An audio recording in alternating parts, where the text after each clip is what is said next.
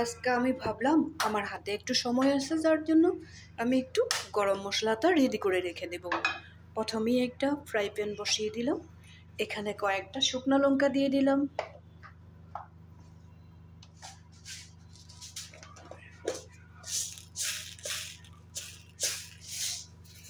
একটু মেথি দিয়ে দিলাম। ভেবেছি একটু বেশি করেই বানিয়ে রাখবো, তো আমার মাসখানিক হয়ে যাবে। একটু আজওয়াইন দিয়ে দিব,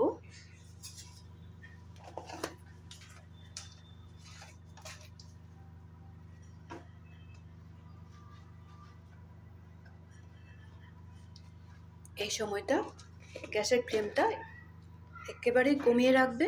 এখন এখানে দিয়ে দিব তেজপাতা,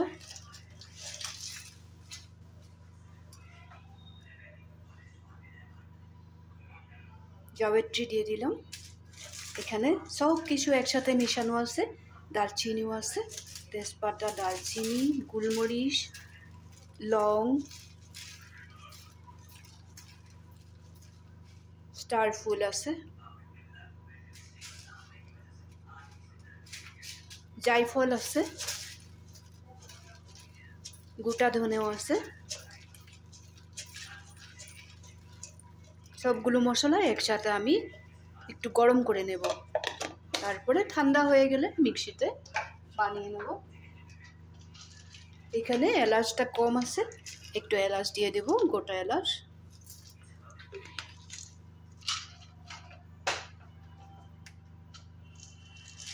এখানে লংটাও কম ছিল, যার জন্য আরও একটু লং দিয়ে দেব।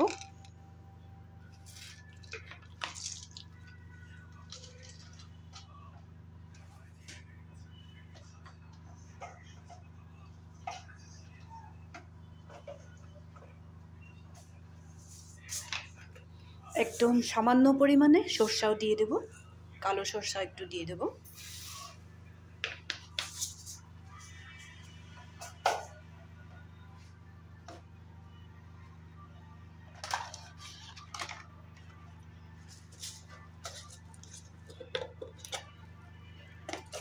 গোটা ধনেটাও আরও একটু দিয়ে দেব।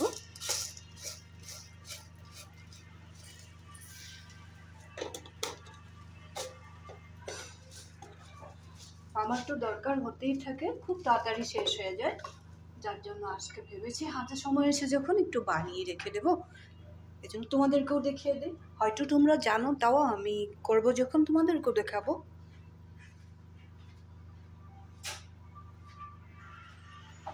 এরকম স্টিমে সবগুলো জিনিস আমি একটু গরম করে নিব। যদি বেশি ফ্রাই করা হয়ে যায় তাহলে কি হবে, তিতো লাগবে। তেজপাতাটা যখন এটাও পাউডারেই বানাবো, যার জন্য আমি একটু ছোট ছোট করে ভেঙে দিয়েছি।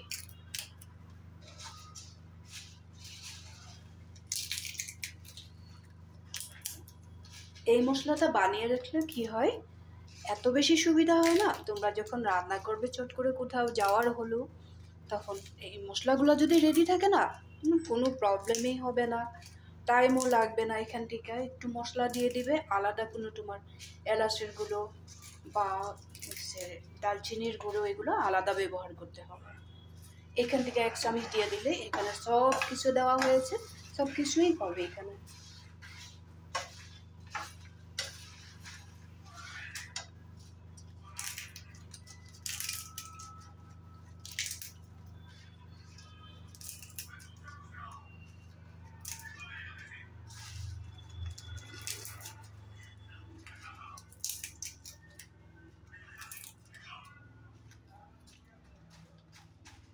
একটু শুকিয়ে রাখা তেঁতুলও দেওয়া হয়েছে।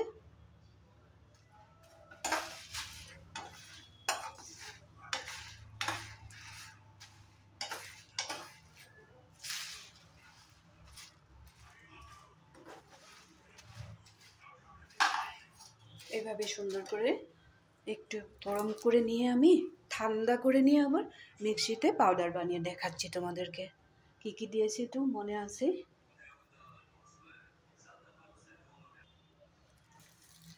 মশলাটা আমি গরম করে ঠান্ডা করে নিয়েছি। এখন আমি মিক্সির বাটিতে ঢেলে এটা পাউডার বানিয়ে নিব।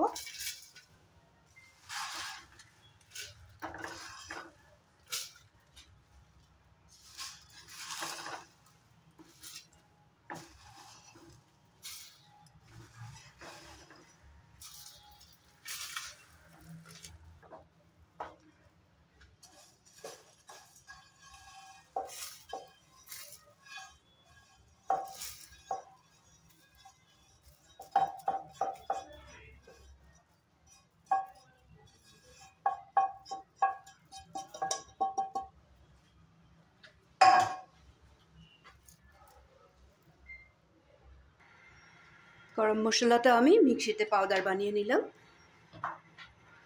এখন আমি একটা থালায় ঢেলে রাখবো। এখনও গরমই আছে, যখন ভালো করে ঠান্ডা হয়ে যাবে তখন আমি কন্টেনারে ঢেলে রাখবো। এই ধরনের তোমরাও, একদিন একটু সময় লাগবে, পরে তো সুবিধা হবে না, এভাবে বানিয়ে রেখো। ভিডিওটা ভালো করে দেখে নিও কি কি দিয়েছি। যখন রান্না করবে তোমরা যদি খুব সুন্দর করে কন্টেনারে যদি ভরে রেখে দাও, তাহলে তোমাদের কোনো কষ্ট হবে না। একসঙ্গে সেখান থেকে তোমাদের যতটুকু পরিমাণে লাগবে ততটুকু তোমরা ব্যবহার করতে পারবে। এত সুন্দর একটা ফ্লেভার তোমরা তো ভিডিওতে বুঝতে পারবে না, যখন তোমরা নিজে বানাবে নিশ্চয়ই বুঝতে পারবে। বাড়িতে বানানো খুব সুন্দর একটা গরম মশলা।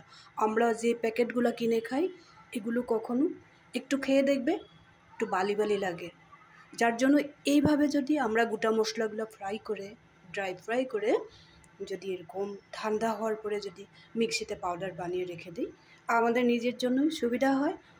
আমি যখন এইভাবে করব তোমাদেরকে তো আমি যেটা ভালো করব এটা তোমাদেরকেও আমি বলে দেখাবো, তোমরাও বাড়িতে করো। তাহলে লাইক শেয়ার করবে, যদি ভালো লেগে থাকে কমেন্ট করবে।